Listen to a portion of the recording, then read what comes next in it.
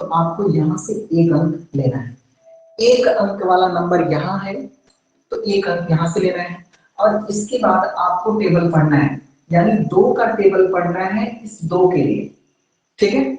यानी यहाँ पे पहले तो मैं बता दूं, यहाँ पे जो नंबर लिखा होता है इसे कहते हैं डिवीजर।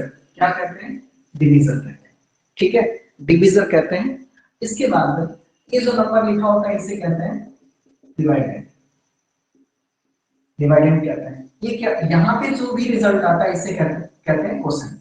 यहाँ पे जो भी रिजल्ट आता है इसे क्वोशेंट कहते हैं। तो यहाँ पे जो नंबर लिखा है, यानी मैंने यहाँ पे 2 लिया है, तो इसको आप कहोगे डिवीजन के, in the case of division आप बोलोगे डिवीजर है, ये डिविडेंड है। और यहाँ जो रिजल्ट आएगा, यानी जितनी बार हम टेबल पढ़ेंगे उसे हम क्वोशेंट कहेंगे, उस नंबर को ही हम क्वोशेंट कहेंगे। और जब लास्ट में डिवीजन स्टॉप हो जाएगी तो उसे हम बोलेंगे रिमाइंडर। उसको क्या बोलेंगे? रिमाइंडर बोलेंगे, ठीक है। तो देखो, किसी भी दुनिया का कोई भी डिवीजन हो, दुनिया का यानी एनी टाइप ऑफ डिवीजन, कोई भी डिवीजन है, आपको डिवीजन करना कैसे है ये आपको मैं सिखा रहा हूँ। सिस्टमेटिक रूप से या स्टेप टू स्टेप कैसे चलना है आप जरा ध्यान से समझो। सबसे पहले यहाँ पे ये जो डिवीजर आपका, अगर एक डिजिट का डिवीजर है तो आपको डिविडेंड से यहाँ से भी एक ही नंबर लेना है, और अगर यहाँ पे 2 डिजिट का नंबर है तो यहाँ से 2 डिजिट लेना है, यहाँ 3 डिजिट का नंबर लिखा है यहाँ से 3 डिजिट लेना है, ठीक है।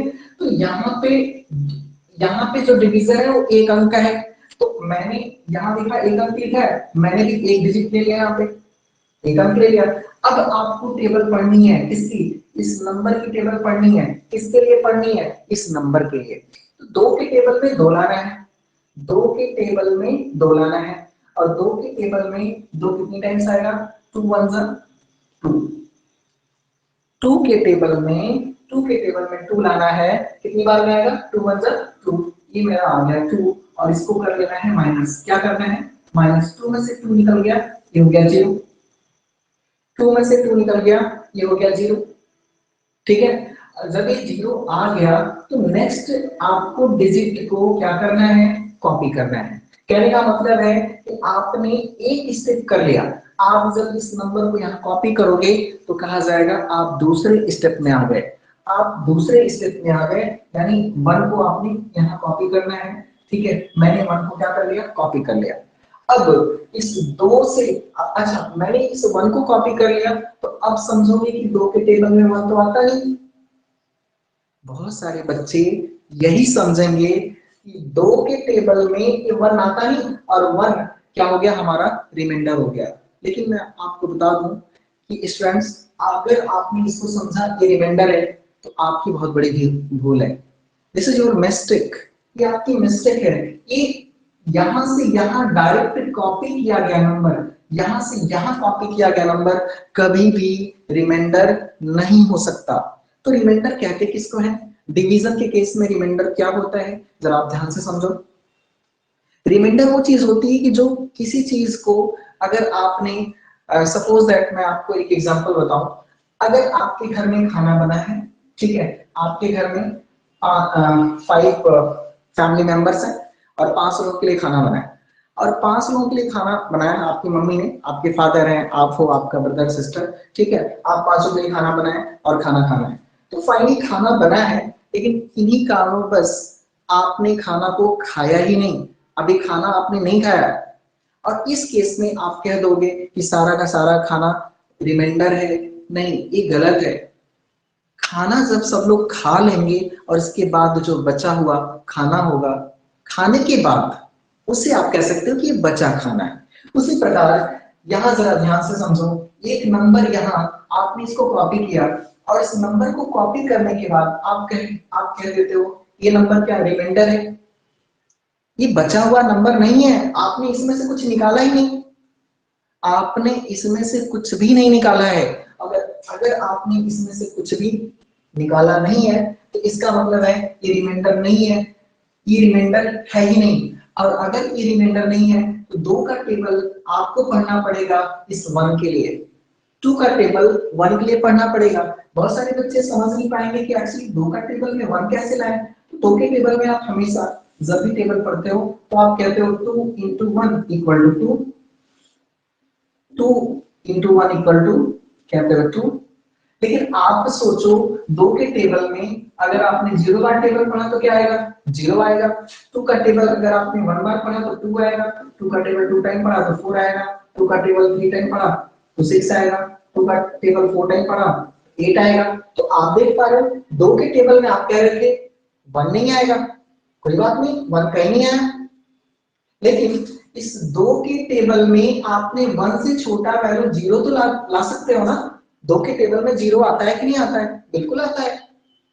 तो आपका ये जो डिवीजर है, दो का टेबल पढ़ना है और 1 नहीं आ सकता दो के टेबल में, तो आपको 1 से छोटी वैल्यू लानी है। तो बताइए टेबल कितनी बार पढ़ी जानी चाहिए, 0 बार। कितनी बार, 0 बार। अगर आप दो का टेबल 0 बार पढ़ोगे तो दो के टेबल में 0 बार में आएगा 0। देखो दो के टेबल में 0 बार आपने पढ़ा है तो 0 आ गया। और जब माइनस करोगे, ठीक है, तो ये 1 में से 0 निकलेगा, क्या हो जाएगा, 1 हो जाएगा। अब इस नंबर 1 को आप कह सकते हो कि रिमाइंडर है, क्योंकि 1 में से हमने कुछ निकाला है, कुछ घटाया है। जब तक आप किसी नंबर को यहां से यहां कॉपी करके और उसमें से कुछ निकालते नहीं, उसमें से कुछ घटाते नहीं, तब तक उस नंबर को कभी भी रिमाइंडर मत कहना, गलत हो जाएगा। ठीक है, तो यहाँ पे 1 यहाँ कॉपी हुआ था और इसको ऐसे नहीं जोड़ सकते थे क्योंकि ये रिमाइंडर नहीं माना जाएगा।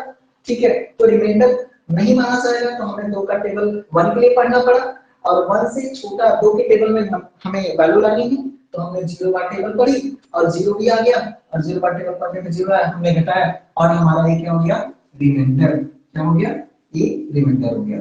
ठीक है, और आपका 10 क्या हो गया, क्वेश्चन पे क्या हो गया, 10 हो गया। ठीक है, ये आपका क्या हो गया, आंसर। ठीक है, ये आपका क्या हो गया, आंसर हो गया। तो इस प्रकार से आपको डिवीजन करनी है। जब भी डिवीजन आपको मिले तो सबसे पहले आप ये समझो, इन डिवीजन में आपसे कहा जाएगा डिवीजन के भी एलिमेंट होते हैं। बिल्कुल होता है बेटा, जो डिवीजन प्रोसेस होता है उसमें कई सारे नंबर आते हैं और सारे नंबर का नॉमिनेशन किया गया है या सारे नंबर का नाम रखा गया है। जैसे आपके घर में आपके सारे फैमिली मेंबर का नाम रखा है, आपका भी नाम रखा है, आपके फादर का भी नाम है, आपकी मम्मी का भी नाम है। तो उसी प्रकार यहाँ पे जितने भी नंबर हैं सारे नंबर का नॉमिनेशन है, नाम है। यहाँ पे जो भी नंबर लिखा जाता है उसे क्या कहते हैं, डिवीजर। क्या कहते हैं, डिवीजर। यहाँ पे जो नंबर लिखा होता है उसे कहते हैं डिविडेंड। क्या कहते हैं, डिविडेंड। यहाँ जो नंबर लिखा होता है उसे क्या कहते हैं, इसे कहते हैं कोसेंट। क्या कहते हैं, कोसेंट। और यहाँ जो नंबर लास्ट में आपका बच जाता है, यानी इसके बाद अब आपका फर्दर नहीं जा रहा है, तो फाइनली आप इसको कहते हो रिमाइंडर। रिमाइंडर मतलब बचा हुआ नंबर। ठीक है, तो ये रिमाइंडर होता है। आपसे पूछा जाएगा डिवीजन के कितने एलिमेंट होते हैं, तो आप फटाक से नाम बताएंगे, जरा मेरे साथ बोलिए। ये क्या है, डिवीजर। ये बताइए, डिविडेंड। ये क्या है, कोसेंट। ये क्या है, रिमाइंडर। तो 4 एलिमेंट हो गए। ठीक है, ये क्या हो गए, 4 एलिमेंट हो गए किसके, एक डिवीजन प्रोसेस। यहाँ जो भी नंबर होगा, अगर एक अंक का नंबर है तो यहाँ से भी एक अंक का नंबर लेना है। एक डिजिट का नंबर है, एक डिजिट का नंबर लेना है। तो यहाँ 4 है तो यहाँ से 4 लेना है और टेबल पढ़ना है। 4 के टेबल में 4 तो 1 बार में आ जाएगा। चलो ये रहा 4 1 4, 0 आ गया। अब हमारा एक स्टेप डिवीजन का खत्म हो गया। अगले स्टेप में आते हैं। 1 को हमने कॉपी किया, फिर से यहां से कॉपी किया हुआ नंबर कभी भी रिमाइंडर नहीं हो सकता। यहां से यहां आपने कॉपी किया है, ये रिमाइंडर नहीं माना जाएगा। अगर रिमाइंडर नहीं माना जाएगा तो 4 की टेबल में या तो आप 1 लाइए या तो 1 से छोटी वैल्यू लेकर आइए। तो 4 का टेबल अगर हम देखें तो 4 0 जा 0, 4 1 जा 4, 4 2 जा 8, 4 3 जा 12। तो आप देख पा रहे हो कि 1 से छोटा 1 तो नहीं आया, 4 के टेबल में 1 नहीं आया, लेकिन यहाँ पे चारों में से 1 से छोटा एक वैल्यू जरूर दिख रहा है, 0। तो यानी 4 का टेबल कितनी बार पढ़ना है, 0 बार पढ़ना है। 4 0 जा 0, 1 में से 0 माइनस होगा, फिर से आपको मिलेगा 1। क्या मिलेगा, 1। और आप इसको रिमाइंडर कह सकते हो, ये रिमाइंडर है। ये आपका रिमाइंडर हो गया। ठीक है, ये आपका रिमाइंडर हो गया। और आपके डिवीजन, ये आपका क्वेश्चन हो गया 10 आपका 10 आपका क्वोशेंट हो गया और ये रहा आपका आंसर। नोट कर लीजिए।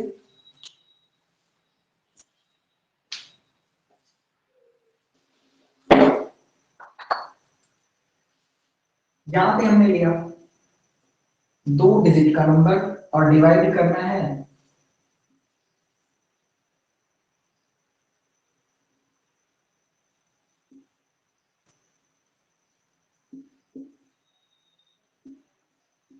इसको डिवाइड करना है, ठीक है।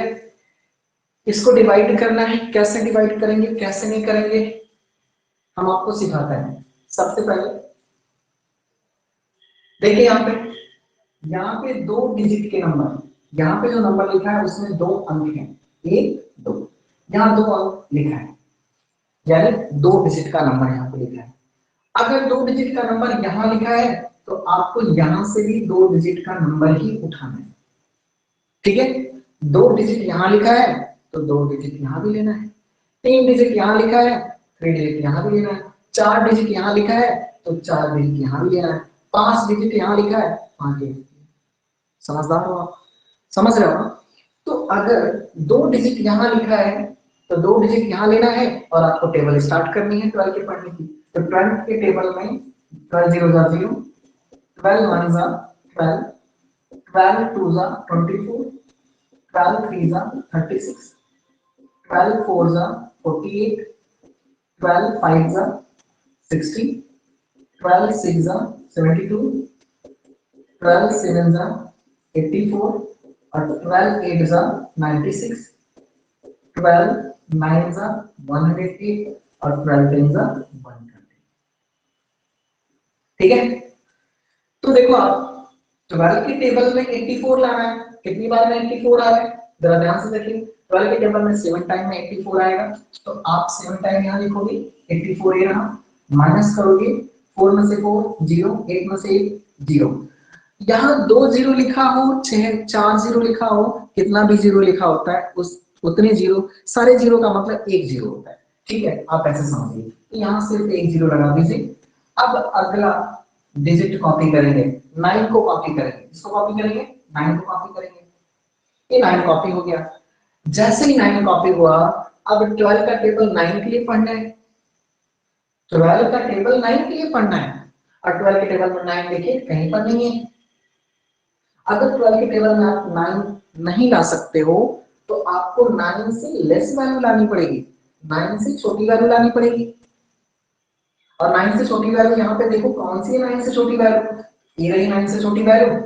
तो कितनी बार में आएगी जीरो, 0 बार में टेबल पढ़ना पड़ेगा। तो यानी आपको 12 का टेबल 0 टाइम पढ़ना पड़ेगा और 12 0 0 और 9 में से आप 0 घटाओगे फिर से 9 आ गया। लेकिन आप अगले स्टेप में चले जाओगे, हर स्टेप में आप एक डिजिट कॉपी करोगे, यहाँ से 6 कॉपी कर लोगे, यहाँ से आपने 6 अगले स्टेप में, जैसे ही डिवीजन में अगले स्टेप में आप जाओगे आप नई डिजिट को कॉपी करोगे, आपने 6 को कॉपी कर लिया। अब 12 के टेबल में 96 लाना है, देखो कई बार 12 के टेबल में 96, ये रहा 96, कितनी बार में आया है 8 टाइम्स में आया है। तो आप यहाँ 8 लिखोगे और ये रहा 96, ये माइनस करोगे, ठीक है। 96 में से 96 गया, 0 आ गया, ठीक है। अब अगले स्टेप में आप 1 को कॉपी करोगे, ये रहा आपका 1। अब बताओ 12 के टेबल में 1 लाना है, 12 के टेबल में 1 लाना है, कैसे लेकर आओगे 12 के टेबल में 1 कैसे लेकर आओगे। आप फिर से वही बात देखिए, 12 के टेबल में कहीं पर 1 आया है, कहीं पर 1 आया है, कहीं पर भी 1 नहीं आया।